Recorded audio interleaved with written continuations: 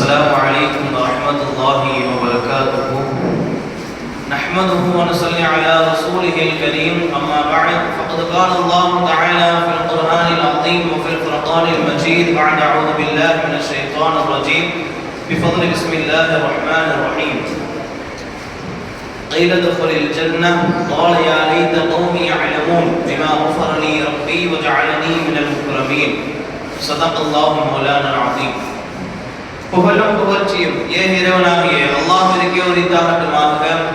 அவருடைய சலாமும் சமாதானமும் கண்மணி நாயகம் ரசூலுல்லாஹி ஸல்லல்லாஹு அலைஹி வஸல்லம் அன்னவர்களின் மீதும் அன்னவர்களின் அடிச்சுவற்றினை பின்பற்றி வாழ்ந்து மறைந்த உத்தம சத்திய சஹாபாக்கள், தாபிஈன்கள், தபஅ தாபிஈன்கள், நாதாக்கள், ஷஹதாக்கள், சாலிஹீன்கள் இன்னும் நம் அனைவர் மீதும் என்றென்றும் நின்று நிலவட்டுமாக.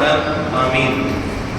கண்ணியத்திற்குரியவர்களே, அல்லாஹ் சுப்ஹானஹு வ தஆலாவுடைய மகத்தான கிருபையினால் 19ஆம் தராவீஹுடைய தொழுகையை தொழுதுவிட்டு இங்கே அமரக்கூடிய தௌஃபீகினை கொடுத்திருக்கின்றான்.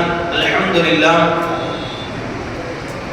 இன்று ஓதப்பட்ட இறை வசனங்களிலிருந்து அல்லாஹ் சுப்ஹானஹு வ தஆலா நிறைய விஷயங்களை சொல்லி காட்டுகிறான். நிறைய விஷயங்களை மக்களுக்காக வேண்டி அல்லாஹ் சொல்லி காட்டுகிறான். குறிப்பாக குர்ஆனுடைய இதயம் என்று சொல்லக்கூடிய ஹார்ட் ஆஃப் த குர்ஆன் என்று சொல்லப்படக்கூடிய சூரத்துல் யாசின் இன்று ஓதப்பட்டது. நேற்று ஆரம்பித்து இன்று முடிக்கப்பட்டது. இந்த சூரத்துல் யாசினின் அல்லாஹ் சுப்ஹானஹு வ தஆலா பலவித விஷயங்களை சொல்லி காட்டுகிறார். ஒரு முக்கியமான ஒரு சம்பவத்தை அல்லாஹ் சுப்ஹானஹு வ தஆலா இந்த சூரத்துல் யாசினில் சொல்லி காட்டுகிறார். அல்லாஹ் சுப்ஹானஹு வ தஆலா இரண்டு நபிமார்களை ஒரு நகரத்திற்கு அல்லாஹ் அனுப்புகிறார். அந்த ஊருடைய பேர் என்னவென்று சொன்னால், வல்லுநர்கள் சொல்லி தருகிறார்கள், தப்சீர் விரிவுரையாளர்கள் சொல்லுகிறார்கள், அண்டாக்கியா என்ற ஒரு நகரம். இந்த நகரத்திற்கு அல்லாஹ் சுப்ஹானஹு வ தஆலா இரண்டு நபிமார்களை அல்லாஹ் அனுப்புகிறான். அனுப்பி வைத்து இஸ்லாத்தை பற்றி எடுத்துரைக்க சொல்லுகிறான். அவர்கள் எடுத்துரைக்கும் பொழுது அந்த மக்கள் எல்லாம் அவர்களை உதாசீனப்படுத்தினார்கள். அல்லாஹ் சுப்ஹானஹு வ தஆலா அந்த இரண்டு நபிமார்களை வலுப்படுத்துவதற்காக வேண்டி மூன்றாவது நபியை அல்லாஹ் அனுப்புகிறான். இவர்களையும் அனுப்புகிறான். ஆனால் இந்த மக்கள் எல்லாம் என்ன செய்தார்கள்? உதாசீனப்படுத்தினார்கள், ஏசினார்கள். யாரும் இந்த நபிமார்களை நம்பவில்லை. இந்த இடத்தில் தான் ஒரு மனிதர், ஈமானை தன் மனதில் வைத்திருந்த மனிதர், மறைத்து வைத்திருந்த ஒரு மனிதர், ஹபீபுன் நஜ்ஜார், அவர் ஈமானை மறைத்து வைத்திருந்தார்கள். இந்த நபிமார்கள் ஏற்படுகின்ற அந்த விஷயங்களை எல்லாம் பார்த்துவிட்டு, இந்த மக்கள் ஏசுகிறார்கள், உதாசீனப்படுத்துகிறார்கள் என்பதையெல்லாம் பார்த்துவிட்டு உடனடியாக என்ன செய்கிறார்கள்? அந்த இடத்தில் வந்து சொல்கிறார்கள், அந்த மக்களிடத்தில் சொல்கிறார்கள், ஆலயா கோமித்தபியுல் முர்சலீன், இந்த மனிதர்கள் இருக்கிறார்களே அவர்கள் முக்கியமானவர்கள், உண்மையான நபிமார்கள், இவர்களை ஏற்றுக்கொள்ளுங்கள் என்று சமூகத்தார் என்பதாக அந்த மனிதர் சொல்லி காட்டினார். இதனை தொடர்ந்து அந்த மனிதர் தொடர்ந்து அந்த இஸ்லாத்தை பற்றி எடுத்துரைக்கிறார்கள். நானும் இஸ்லாத்தில் தான் இருக்கிறேன் என்பதாக சொல்கிறார்கள். இன்னி ஆமன்து பிரப்பிக்கும் ஃபஸ்மஊன், நான் அல்லாஹ்வை கொண்டு ஈமான் கொண்டிருக்கிறேன், எனக்கு நான் சொல்வதை நீங்கள் செவிமடியுங்கள், நான் சொல்வதை நீங்கள் கேளுங்கள் என்பதாக அந்த ஹபீபுன் நஜ்ஜார் சொன்னார்கள். இதற்கு பிறகு என்ன நடந்தது என்பதை அல்லாஹ் குர்ஆனில் சொல்லவில்லை. ஆனால் இதற்கு பிறகு என்ன நடந்தது என்று சொன்னால், அந்த மக்கள் அந்த ஹபீபுன் நஜ்ஜார் என்ற மனிதரை அடித்து மிதித்து கொன்று விட்டார்கள். கொன்றதற்கு பிறகு அல்லாஹ் அந்தஸ்தை கொடுக்கிறார். அதன் பிறகு நடந்தவற்றை அல்லாஹ் சொல்லி காமிக்கிறான். கைலதுல் ஜன்னah, நீங்கள் சொர்க்கத்தில் நுழைங்கள் என்பதாக அவருக்கு சொல்லப்பட்டது. ஆனால் அந்த மனிதர் சொன்னார், எனக்கு ஏற்பட்ட இந்த அந்தஸ்து, எனக்கு நீ கொடுத்த இந்த அந்தஸ்து என்னுடைய மக்கள் தெரிந்து கொள்ள வேண்டும். யார் என்னை அடித்து துன்புறுத்தி கொன்றார்களோ அந்த மக்கள் தெரிந்து கொள்ள வேண்டும் எனக்கு என்ன அந்தஸ்து, நான் ஈமானியத்தாக இருந்ததினால் எனக்கு அல்லாஹ் என்ன அந்தஸ்து கொடுத்தான் என்பதை அந்த மக்கள் தெரிந்து கொள்ள வேண்டும் என்பதை நினைக்கிறார்கள். அதனை தொடர்ந்து அந்த மனிதர் சொல்கிறார், பிமா கஃபர லி ரப்பி வஜஅலனி மினல் முக்ரமீன், அல்லாஹ் எனக்கு பாவ மன்னிப்பை தந்து கண்ணியமானவர்கள் ஒருவராக ஆக்கி இருக்கிறானே, இந்த விஷயங்கள் எல்லாம் என்னை அடித்து கொன்ற என்னுடைய சமூகம் தெரிந்து கொள்ள வேண்டும் என்று அந்த மனிதர் சொல்கிறார்கள். இதற்கு பிறகு என்ன நடக்கிறது? அந்த மக்கள், அந்த நகர மக்கள் என்ன செய்தார்கள்? அந்த நபிமார்களை ஏசினார்கள். செய்கிறார்கள்? அந்த நபிமார்களை எல்லாம் அவர்கள் ஏற்றுக்கொள்ளவில்லை. அதனை தொடர்ந்து ஒரு ஈமான்தாரியா இருந்த ஒரு மனிதரை அடித்தே மிதித்து கொன்று விட்டார்கள். இதன் பிறகு அல்லாஹ் வேதனை கொடுக்கிறான். இன் கானத இல்லா ஸைஹதன் வாஹிதன் ஃபைதாஹும் ஹாமிதுன். அல்லாஹ் சொல்லி காட்டுகிறான், ஒரே ஒரு சப்தம் தான், ஒரே ஒரு பேரொலி தான் நாம் கொடுத்தோம், அவர்கள் அனைவரும் சாம்பலாகி விட்டனர் என்பதாக ஹாமிதுன் என்று அல்லாஹ் சொல்லி காட்டுகிறான். ஈமானை மறைத்து வைத்திருந்த நபர், அந்த இடத்தில் யாரும் இஸ்லாத்தின் பக்கம் கிடையாது, எல்லாரும் காஃபிர்கள் தான், எல்லாரும் முஸ்லிம்கள் தான். இருந்தாலும் கூட நபிமார்களுக்கு ஏதாவது ஒரு நடக்கிறது, அதை தொடர்ந்து இஸ்லாத்திற்கு எதிராக அவர்கள் பேசுகிறார்கள், நபிமார்களுக்கு எதிராக பேசுகிறார்கள். இதையெல்லாம் பார்த்துவிட்டு அவருடைய மனம் என்ன செய்ய உறுத்துகிறது, மனசாட்சி உறுத்துகிறது. அதனை தொடர்ந்துதான் அந்த உறுத்துவதின் தூண்டுதலின் காரணமாகத்தான் சென்று அந்த மனிதனிடத்தில் பேசினார்.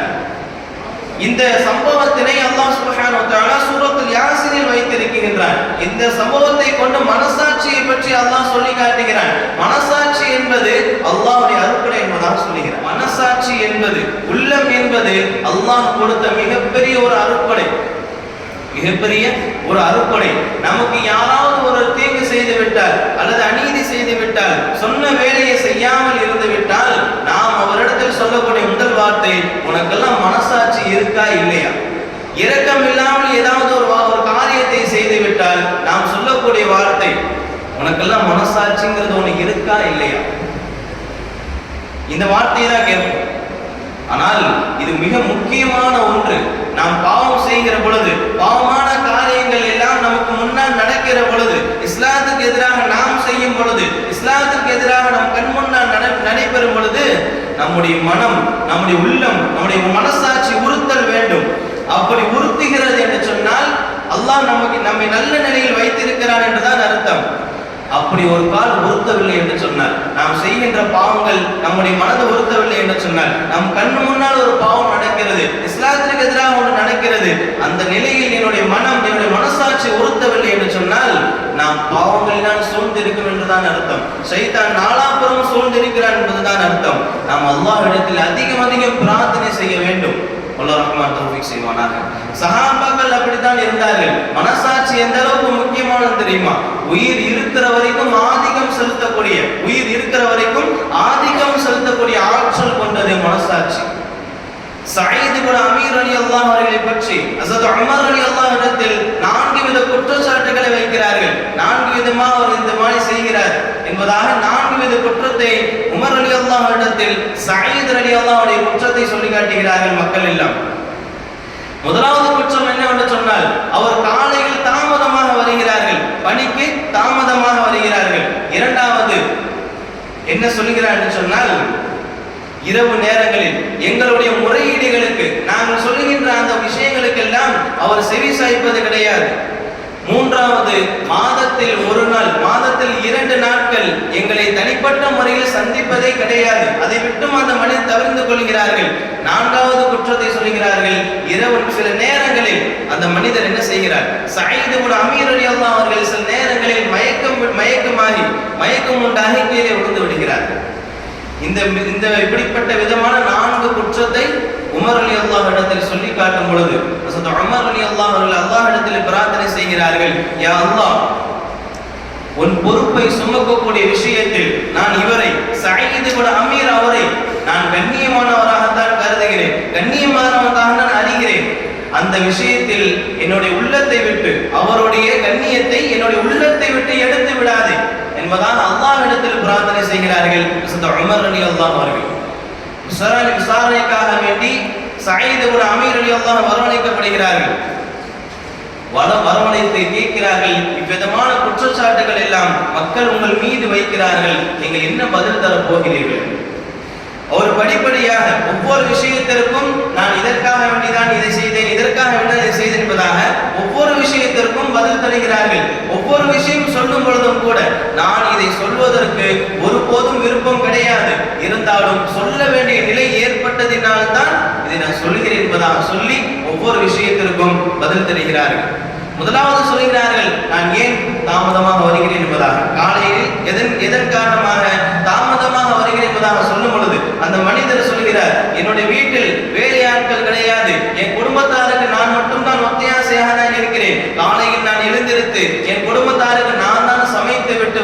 என்பதாக அந்த மனிதர் சொல்லி காட்டுகிறார்கள். இதன் காரணமாகத்தான் நான் தாமதமாக வருகிறேன் என்பதாக சொல்கிறார்கள்.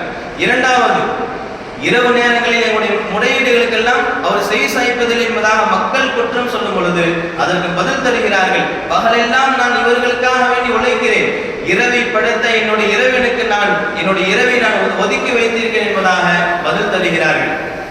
மூன்றாவது, மாதத்தில் 2 நாட்கள் எங்களை சந்திப்பது கிடையாது என்பதாக மக்கள் குற்றம் சுமத்தும் பொழுது அந்த மனிதர் சொல்கிறார்கள், என்னிடத்தில் பிரத்யேகமான எந்த ஒரு ஆடையும் கிடையாது, நான் அணிந்திருக்கக்கூடிய ஒரே ஒரு ஆடை தான் என்னிடத்தில் இருக்கிறது. மாதத்தில் 1 நாள் அதை செலவை செய்து அதை காய வைத்து அதை நான் அணிந்து கொள்வேன். இதன் காரணமாகத்தான் மக்களை நான் தனிப்பட்ட முறையில் சந்திப்பது கிடையாது என்பதாக சொல்லி காட்டுகிறார்கள். 4வது குற்றச்சாட்டு தான் மிகவும் முக்கியமானது. மக்கள் சொல்கிறார்கள், சில நேரங்களில் அவர் மயக்கமடைந்து விழுந்து விடுகிறார்கள். இந்த குற்றத்திற்கு அவர் பதிலடி கொடுக்கிறார்கள். நான் இஸ்லாத்திற்கு வருவதற்கு முன்னால் ஒரு கொடுமையான ஒரு காட்சியை பார்த்தேன். ஆம், ஹுபைப் இப்னு அதீ ரலியல்லாஹு அன்ஹு அவர்களை குறைஷிகள், இறை விரோதிகள் கொடூரமாக வெட்டினார்கள். இரத்த வெள்ளத்தில் அவர்கள் மிதக்க வைத்திருந்தார்கள். இரக்கம் இல்லாமல் அவர்கள் வெட்டினார்கள். மரணத்துடைய வாசலில் அவர் இருக்கிறார். ஹுபைப் இப்னு அதீ ரலியல்லாஹு அன்ஹு அவர்கள், இந்த காட்சியை எல்லாம் என்னுடைய கண்ணால் நான் பார்க்கிறேன், என்னுடைய 2 கண்களால் நான் பார்க்கிறேன், சாட்சியாக நான் இருக்கிறேன். இந்த நிலையில் அந்த கொடூரர்கள், அந்த விரோதிகள் அந்த மனிதரை பார்த்து கேட்கிறார்கள். வேதனையுடைய உச்சத்தில் இருக்கக்கூடிய ஹுபைப் இப்னு அதீ ரலியல்லாஹு அன்ஹு பார்த்து கேட்கிறார்கள், இந்த இடத்தில் உனக்கு பதிலாக முஹம்மது ஸல்லல்லாஹு அலைஹி வஸல்லம் அவர்கள் இருந்திருக்கலாமே என்று தானே நினைக்கிறாய் என்ற வார்த்தையை கேட்கும் பொழுது இந்த மனிதர் மரணத்துடைய வாசலில் இருக்கிறார்கள். இருந்தாலும் கூட இந்த கேள்வியை கேட்டதற்கு பிறகு ஆவேசமடைந்து சொன்னார்கள், முஹம்மது ஸல்லல்லாஹு அலைஹி வஸல்லம் அவர்கள் மீது ஒரு சிறு முள்ளு தைப்பதை கூட, ஒரு சிறு முள்ளு படுவதை கூட என்னால் தாங்கிக் கொள்ள முடியாது என்பதாக அந்த மனிதர் சொல்லி காட்டுகிறார்கள்.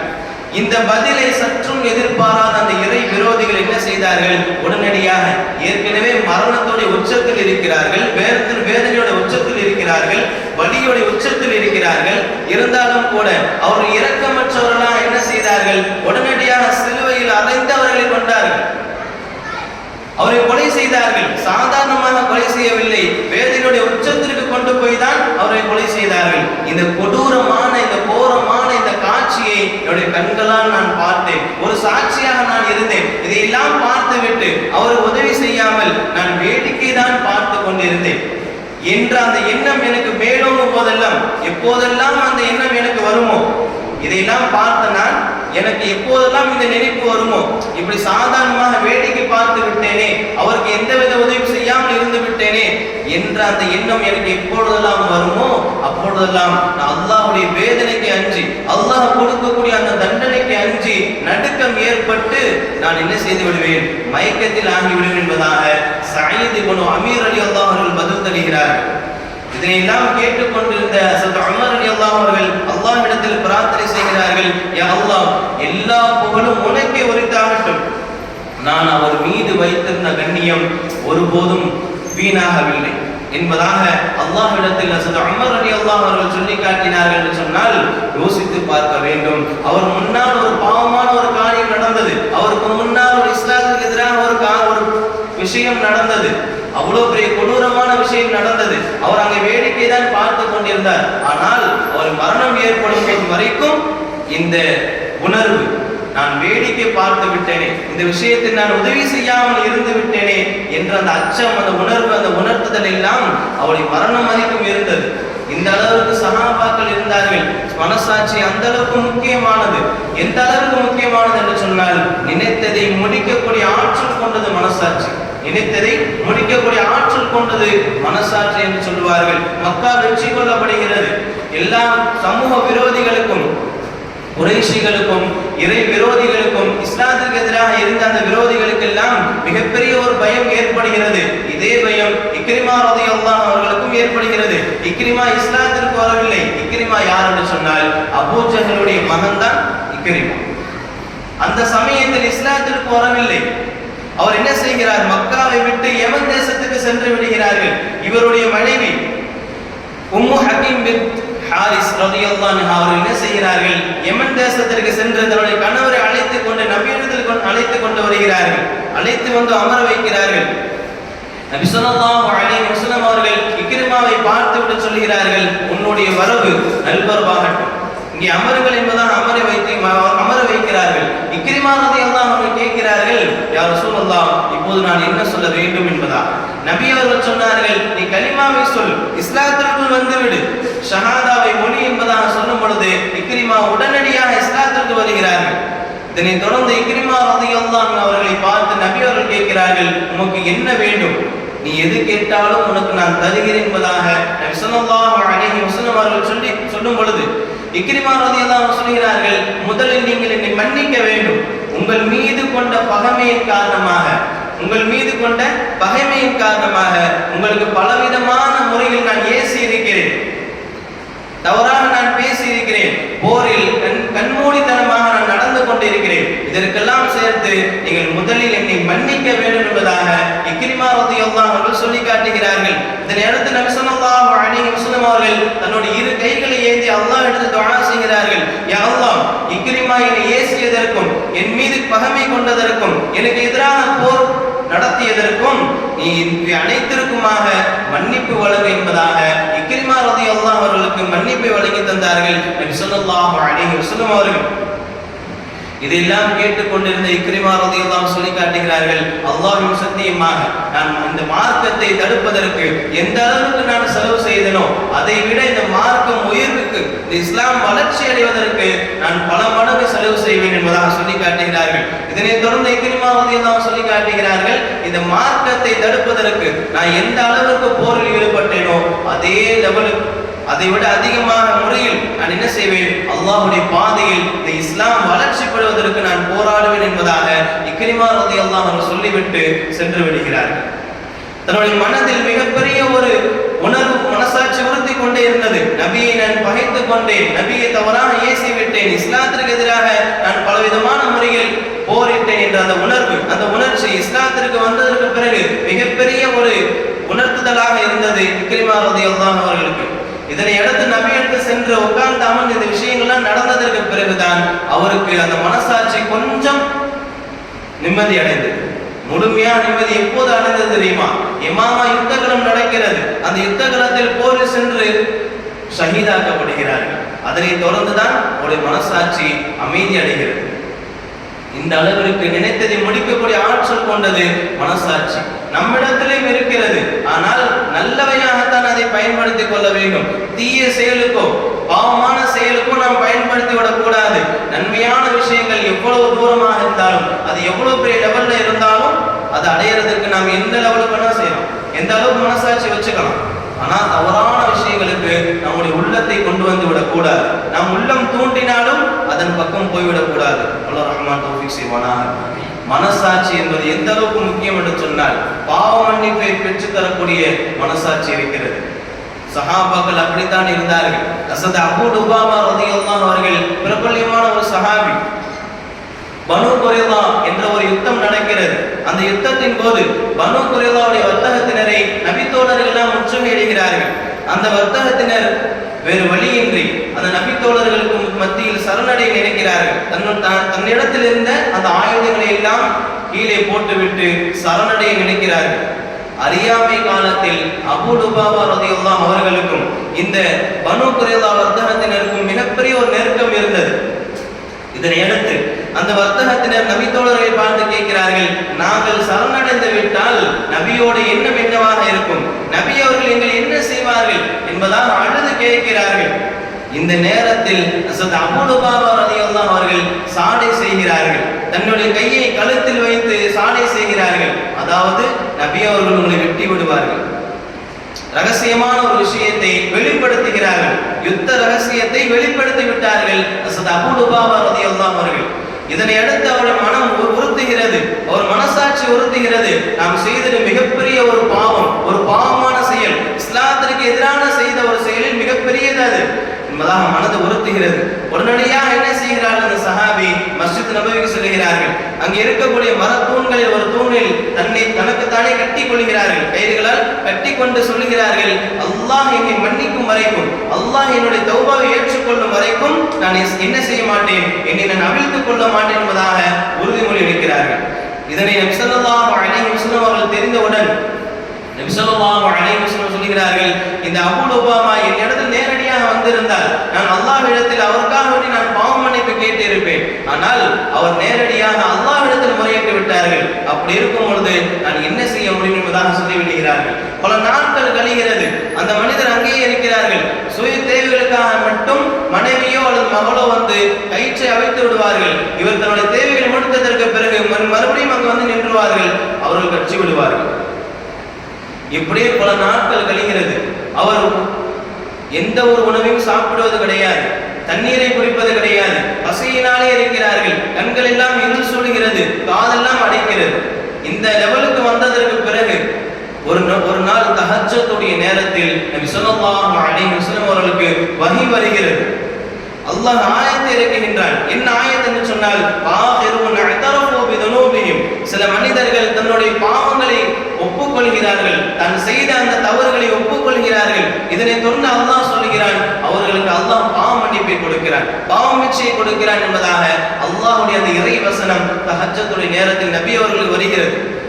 இதனெல்லாம் அறிந்து கொண்ட நபி தோழர்கள் இந்த அபூ லுபாமா கட்டியிருந்த அந்த கயிற்றை அவிழ்ப்பதற்காக வேண்டி வருகிறார்கள். ஆனால் அபூ லுபாமா என்ன சொல்லி விடுகிறார்கள், நபி ஸல்லல்லாஹு அலைஹி வஸல்லம் முபாரக்கான கைகளால் தான் இந்த கைகளை அவிழ்த்து விட வேண்டும், அப்படி என்றால் தான் நான் சம்மதிப்பேன் என்பதாக இந்த சஹாபி சொல்லி விடுகிறார்கள். நபி ஸல்லல்லாஹு அலைஹி வஸல்லம் அவர்கள் சுபஹ் தொழுகைக்காக வேண்டி தன்னுடைய இல்லத்திலிருந்து வெளியே வந்து மஸ்ஜித் நபவிக்கு வருகிறார்கள் சுபஹ் தொழுவதற்காக வேண்டி. அப்போ வரும் பொழுதுதான் நபி ஸல்லல்லாஹு அலைஹி வஸல்லம் அவர்கள் தன்னுடைய முபாரக்கான கைகளால் அந்த கயிற்றை அவிழ்த்து விடுகிறார்கள். இந்த அளவிற்கு அவருடைய மனசாட்சி உறுத்தியது, தான் செய்த மிகப்பெரிய ஒரு தவறு, இஸ்லாத்திற்கு எதிராக ஒரு தவறை நான் செய்து விட்டேன், இஸ்லாத்துக்கு எதிராக எந்த ஒரு தவறையும் செய்துவிடக் கூடாது. அப்படி செய்தால் அதற்கு தௌபா ஏற்றுக்கொள்ளும் வரைக்கும், நான் செய்கின்ற தௌபா ஏற்றுக்கொள்ளும் வரைக்கும் நான் இந்த இடத்தை விட்டு நகர மாட்டேன் என்பதாக தனக்குத்தானே தண்டனை வழங்கி கொண்டார்கள் ஹஸரத் அபூ லுபாமா ரலியல்லாஹு அவர்கள். இப்படித்தான் நம்முடைய மனசாட்சி இருக்க வேண்டும். நமக்கு முன்னால் ஒரு பாவமான காரியம் நிகழ்கிறது, இஸ்லாத்திற்கு எதிராக மட்டுமா என்பது கிடையாது.